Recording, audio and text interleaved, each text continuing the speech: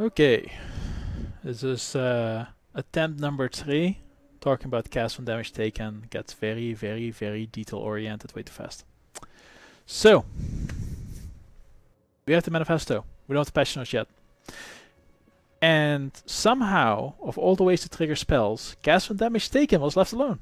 Which means that with the 50% boost to spell damage, our cast on damage taken got a 50% boost. So cast on damage taken loops just got 50% more damage. This is gonna make some very sad servers in the very near future, because that's a significant boost, and I'm not sure that this is really a playstyle they want to incentivize, because the servers might not like it. Anyway, unforeseen consequences.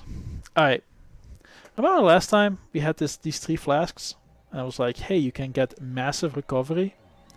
Well, that massive recovery is really useful because we are looking at cast on damage taken, and we want massive recovery. And the original idea was that we use a trigger flask, which triggers adjacent core setting, sacrificing all of our life turning into regen, and after that we forbidden taste to get our life back. Pretty cool. Right, all of our existing life, assuming we're at full life, we get 50% life regen for a small amount of time, and this works if we have, you know, a reasonable amount of energy shield, like 10% of energy shield, life as energy shield, like so, is still going to give you a lot of regen. One of the things I looked at and I showed, like, don't do this. Right, don't trigger the forbidden taste first and then the core setting elixir. So let's look at the correct way of doing it. We trigger number 3. We're at full life, and for 2 seconds we have massive regeneration of energy shield, and then after a while the forbidden taste starts taking away energy shield. Let's talk about the wrong way of doing it, or the different way of doing it. We should be at 1 life. We're at 69 life. I blame immature developers. But we have full energy shield, and we have that regen. Now, an interesting thing actually happened here, which is that we didn't just... Oh, that's because it's re-triggered. So we didn't just wipe out, or we didn't just have full energy shield, which you started with. We actually fully heal the energy shield too. So let's get hurt. Good old righteous fire, best testing tool they ever gave us. So we're really hurt, and we hit number 3. What happened there? We had Sorrow of the Divine, then we used Forbidden Taste, and then we had Core Setting Elixir. Source of the Divine, life recovery from Flask, also applies to energy shield during Flask effect. Forbidden Taste recovers 75% of life on use. Our life is significantly lower as the energy shield, so that's why we didn't get full energy shield, but we got a bunch. And then Core Setting Elixir, which took away our life again and turned into energy shield regen, shooting our energy shield up to the top.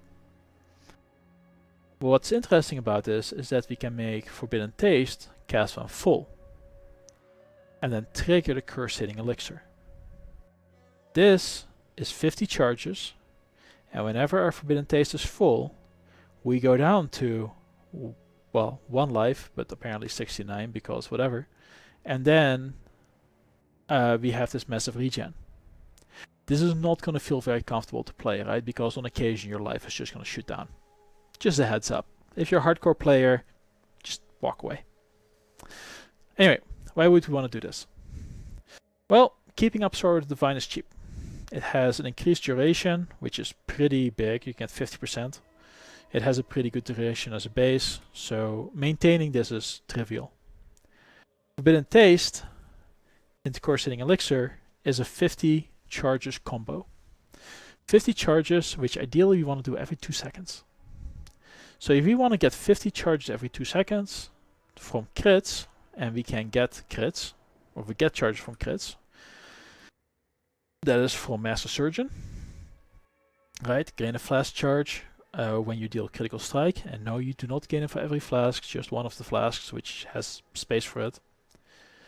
then we can get 20 charges before increased charges over 2 seconds. We only need 50. So the 150% increased charges gained, we should be at a 2-second mark. That's pretty good.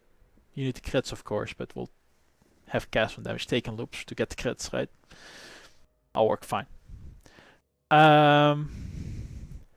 So what's the point of this, right? Wasn't the other way just as good?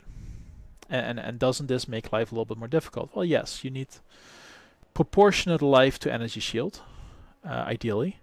So if we have 50% life of 5,000 life, we want 5,000 energy shield, in which case the Forbidden Taste has the maximum potential heal. If we didn't have any energy shield, we get 5,000 energy shield. If we had no life and no energy shield, we get 5,000 life, 5,000 energy shield. So it puts us at a known spot. And this known spot, we then sacrifice all that life, and then we use that life now to regen. Right, so we have 50%, 2,500 regen per second, which is pretty good. We also get like some amount of case damage per second. The ones you'll find in League will be will get a higher percentage of life recovered and use, but you'll take more chaos damage per second. So this is just what I had available. Okay, so why do we care about that, right? Well, we have regen on energy shield. How can we gain hit points on life while that regen on energy shield is doing its thing? Well, one of the ways we can do that is via recovery, right? 12% of damage taken recouped as life. This recoup is not regen. This is still going to go against your life. Because it still goes against our life, if we have full energy shield, we can still use this as a recovery mechanism. And if we want to, we can use Petrified Blood to provide some degree of safety. And we can maintain Petrified Blood. We use the Flask and heal to full, right? Because Flask can still heal us to full. Then we take all that life, turn into energy shield, regen, energy shield regen.